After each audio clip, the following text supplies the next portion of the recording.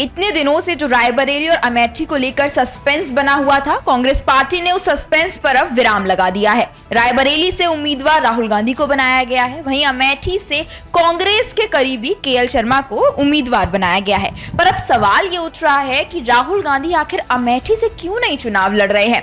इसी पर चर्चा करने के लिए हमारे साथ मौजूद है नियो मीडिया के editor in chief Neeraj Srivastava जी।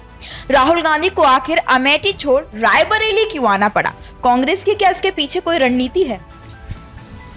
देखिए, अभी तक जो नाम कांग्रेस नहीं दे रही थी वो भी एक रणनीति का ही पार्ट था, और आज जो नाम उन्होंने दिया है ये भी एक रणनीति का पार्ट है। राहुल गांधी 2019 में अमेठी से हार गए थे। तभी राहुल गांधी ने अपने दिमाग में बना लिया था कि मुझे अमेठी से नहीं लड़ना, क्योंकि अमेठी की जनता ने अगर उनको हरा दिया तो इसका मतलब सीधा सीधा सा है कि वो उनको पसंद नहीं करती या उनके काम को समझ नहीं पा रही।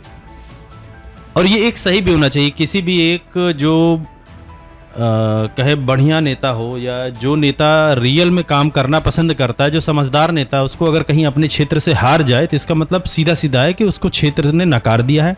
ये देखिए, किसी भी क्षेत्र में 3 तरीके के वोटर होते हैं। एक वो वोटर जो आपको कभी बचपन से देखे या आपके प्रीवियस जनरेशन को देखा उन्होंने। दूसरा जो आपके हम एज के होते हैं, 5 साल 10 साल प्लस माइनस। एक वो वोटर होता जो वोटर नहीं करता लेकिन कभी आ जाता। जब आप पहले कभी ऐसा होगा कि वोटर आपको वोटर नहीं किया लेकिन देख रहा है, लेकिन जब आप हार गए उस समय वोटर भी वोट किया होगा। तो राहुल गांधी को ये समझ में आ गया था कि भाई यहाँ के लोगों को कुछ और पसंद है, कुछ और पसंद है। हिंदू या बीजेपी, मान ली बीजेपी जीती थी, स्मृति ईरानी पसंद है या नहीं, लेकिन बीजेपी का नैरेटिव उनको पसंद है। तो उन्होंने वो क्षेत्र छोड़ दिया। उन्होंने तो या शुरू में उन्होंने डिसाइड कर लिया था मुझे नहीं लड़ना है, इसीलिए वो केरल गए। साउथ इंडिया हमेशा उनको, कांग्रेस को अगर प्रॉब्लम में रहती है तो साउथ इंडिया हमेशा उनको उभारता ही उभारता है, ये सत्य है। और साउथ इंडिया में कांग्रेस की बहुत अच्छी डिमांड है, बहुत अच्छे तरीके से लोग उनको जानते हैं। तो साउथ इंडिया वो चले गए।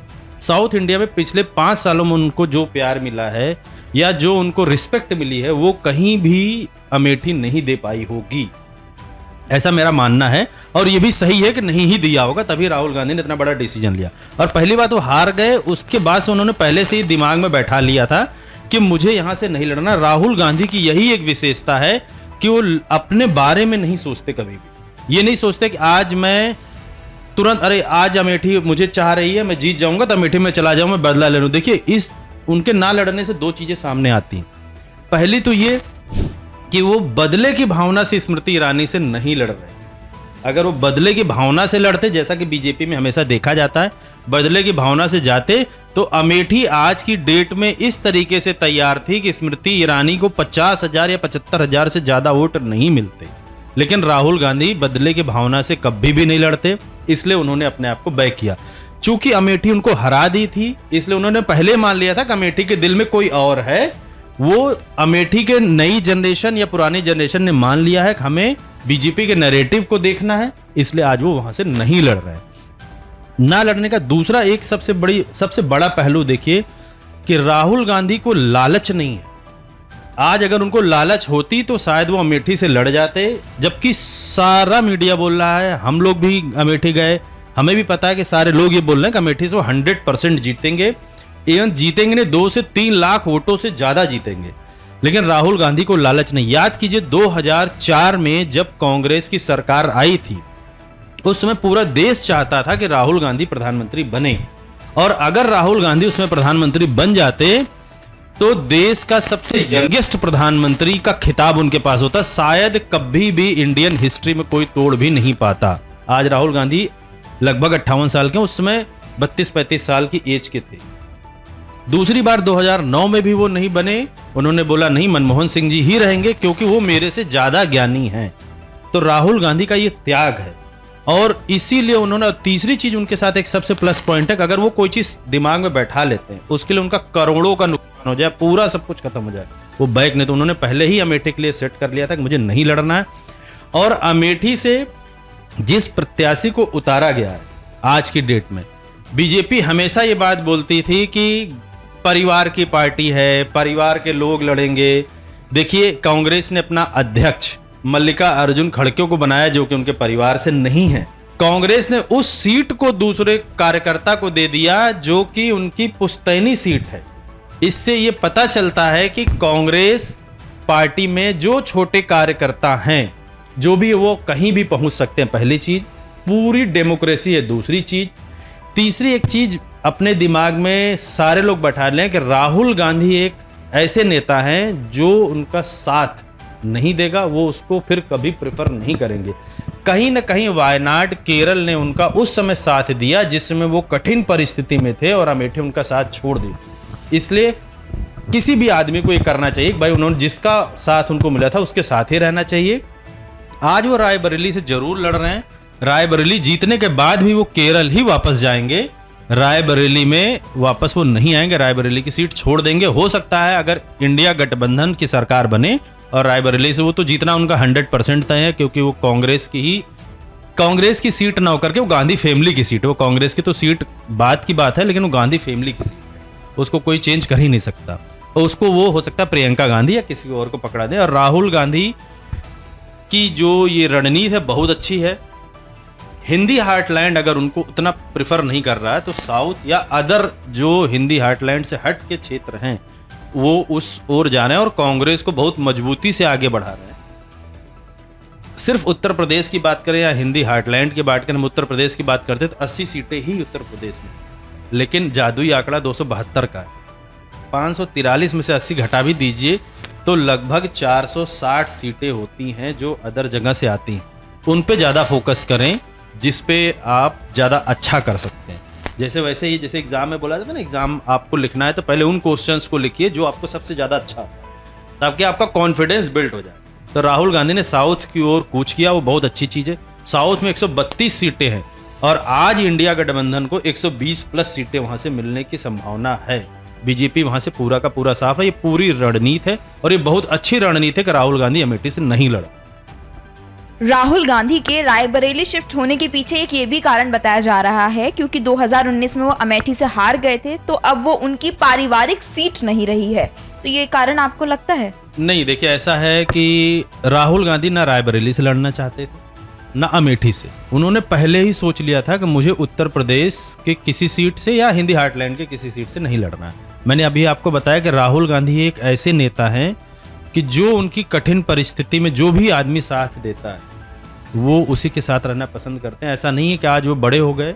एक कहावत है ना कि जब सब कुछ अच्छा होता है हम भगवान को नहीं पूछते, लेकिन जब हम परेशानी में आ जाते हैं तो भगवान को हम पूछना शुरू कर देते हैं। लेकिन राहुल गांधी में ऐसा नहीं।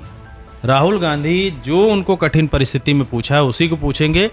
आज की डेट में आप देखिए, मीडिया के बड़े बड़े जो मुख्य धारा के मीडिया हैं, मैं अपने चैनल से नाम नहीं लूंगा, मुख्य धारा के मीडिया हैं, उनको राहुल गांधी आज की डेट में इंटरव्यू देना पसंद नहीं करते हैं, लेकिन एक छोटे से यूट्यूबर को इंटरव्यू देना पसंद करते हैं। क्योंकि 2014 से 2024 तक के उनके इस कठिन सफर में जिन लोगों ने साथ दिया वो छोटे छोटे लोग हैं, वो उन्हीं के साथ रहना चाहते हैं और उन्हीं से वो काम कराना चाहते हैं।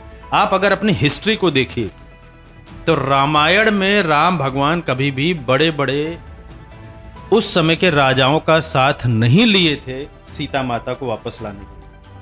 वो उन लोगों का साथ लिए थे जो वनवासी थे, जो वन में रहते थे। वो सारे छोटे लोगों का साथ लिए थे सीता माता को वापस। क्या राम भगवान बड़े किसी भी, आप बताइए, किसी भी राजा का उन्होंने साथ लिया? नहीं लिया। ऐसे ही राहुल गांधी 2014 से 2024 तक के सफर में उन सारे लोगों का साथ इस बार 2024 में ले रहे हैं जो उनके साथ बहुत छोटे छोटे कार्यकर्ता हैं, बहुत छोटे मीडिया के लोग हैं, बहुत छोटे एनालिस्ट लोग हैं, उनका साथ ले रहे हैं, ना कि उन लोगों का साथ लेना पसंद कर रहे हैं जो बड़े हों।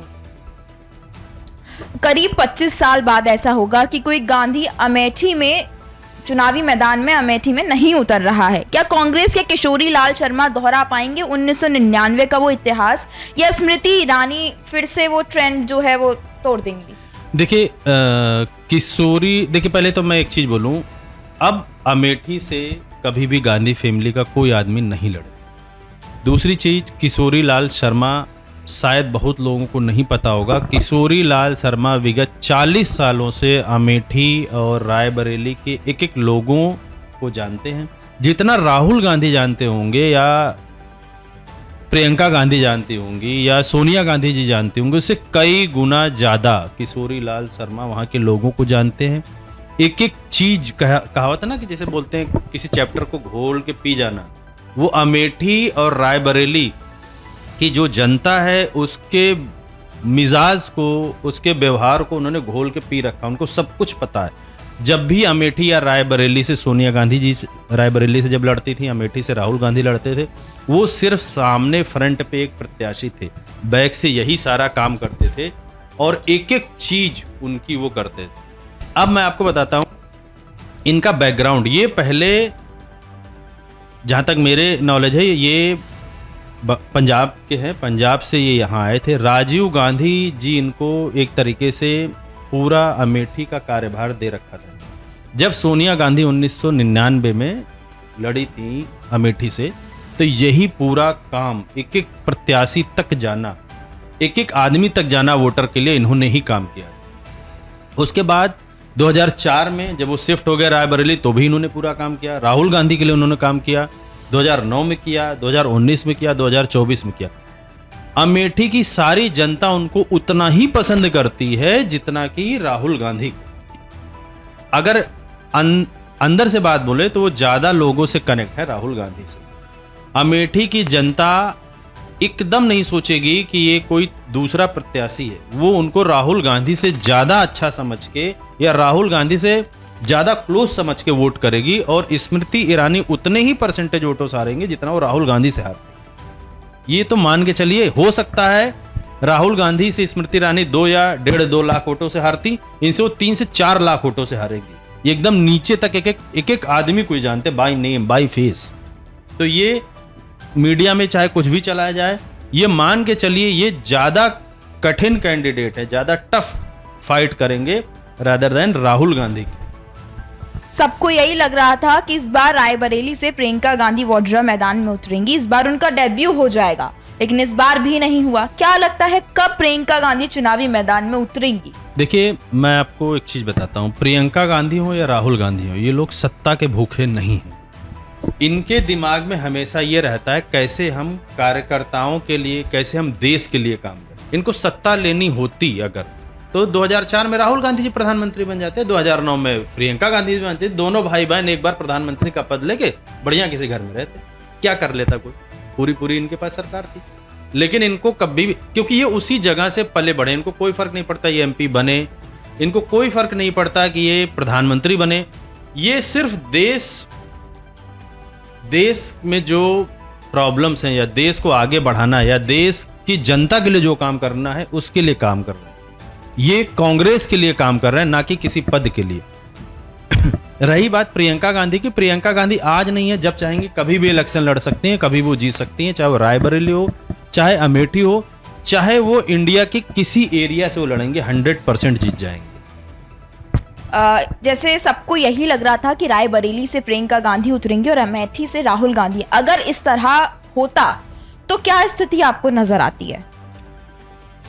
देखिए, अगर दोनों लोग एक जगह से राहुल गांधी लड़ते, एक जगह से प्रियंका गांधी लड़ती, तो विपक्षी दल शुरू कर देता वही बातें कि देखो पूरे घर वाले ही लड़ना शुरू कर दिए हैं, 1-2 लोग और होते तो वो भी लड़ते, पूरे घर की पार्टी है, घर के लोगों को ही टिकट दिया जाता है। ऐसा क्या है कि अमेठी में ये खुद ही लड़ना चाहते हैं, किसी भी कार्यकर्ता को नहीं दे सकते क्या? प्रियंका गांधी तो कभी लड़ी नहीं है, प्रियंका गांधी रोड पे नहीं आती हैं, रोड पे उठती बैठती नहीं है, कभी अमेठी जाती नहीं है। फिर देखो इनको अमेठी से क्यों दे दिया गया या रायबरेली से क्यों दे दिया? सोची समझी राजनीति है कांग्रेस की। अब विपक्ष के पास जो एक मुद्दा होता था ना, फैमिली वालों को इशारा देते हैं, घर के लोगों को देते। अब आप सोचिए, अमेठी जैसी सीट इन्होंने अपने उस कार्यकर्ता को दे दिया जो कभी भी किसी भी मीडिया में लाइमलाइट में था ही नहीं, जो किसी को नहीं पता। इससे ये पता चलता है कि कांग्रेस एक ऐसी पार्टी है, अगर उसका छोटा कार्यकर्ता भी होगा वो किसी भी पद तक पहुंच सकता है। अब बीजेपी के पास कोई मुद्दा नहीं रहा ये बोलने के लिए, देखो अमेठी या रायबरेली की सीट ये अपने तक ही रखना चाहते हैं, इसलिए वहां से प्रियंका गांधी लड़ रही थी या फिर राहुल गांधी लड़ रहे थे। अभी उन्होंने एकदम एक ऐसे कार्यकर्ता को दिया जो जमीन से जुड़ा हुआ कार्यकर्ता है, ऐसे किसी कार्यकर्ता को नहीं दिया है कि जो कभी लाइमलाइट में रहा हो या कोई जानता रहा हो। खैर अब सस्पेंस जो है अमेठी और रायबरेली को लेकर वो खत्म हो गया है। अब इनका ये फैसला सही साबित होगा या नहीं ये हमें 4 जून को पता चल जाएगा नतीजे आने पर। तब तक आप लोग हमारे साथ यूं ही जुड़े रहें और हमारे चैनल को सब्सक्राइब करना बिल्कुल ना भूलें। धन्यवाद।